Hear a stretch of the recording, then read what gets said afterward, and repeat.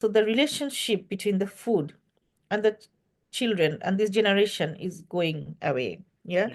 And so when they're looking at these gadgets and watching that, they're making relationship with the gadgets, with those characters. Their mind is not here. Their mind doesn't know, their brain doesn't know what they're eating, how this food tastes like.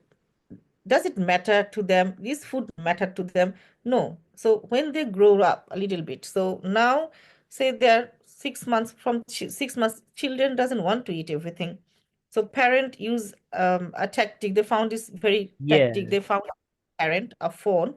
They become their mom or dad and say they're or carer and say you have it. Yeah. And they're the parent and they're feeding these children, but what they're feeding these children doesn't know. So when they're a little bit grown up, don't, because they didn't have the communication, the relationship with the food, they kind of start to pushing away the food, and they become picky eater.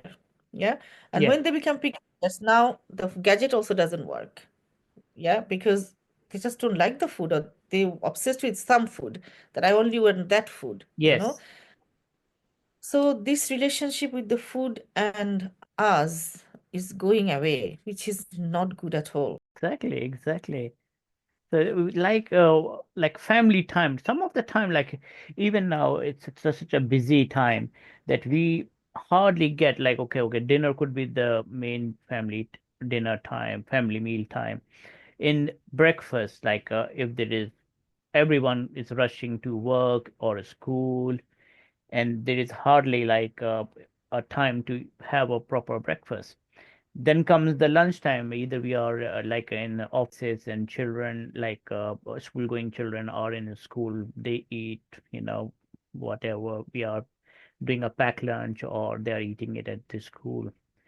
And the final is the dinner time. Some of the time, the dinner time is when we are not even giving much time and effort, and either we are tired, the parents are tired, children are focused on gadgets, and I don't know. So this is a new thing that is happening, and of course we are missing out, like a proper meal time, family time kind of thing. How can they learn? Yeah. Because as I said, they just observe and watch everything. So what the information they are getting, they are saying, okay, yeah, my life is to watch this gadget. Yeah, that's more important than this food.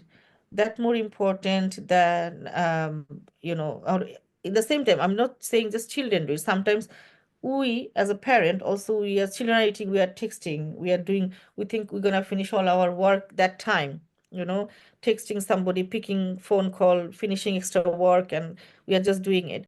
And our gut health is compromised, and from there immunity is getting compromised. Our Yeah. neuro, having neuron disorder, neurons getting compromised. So everything, single thing, brain. Then at the end of the hour, we're having cognitive issues, brain development issues, and all these.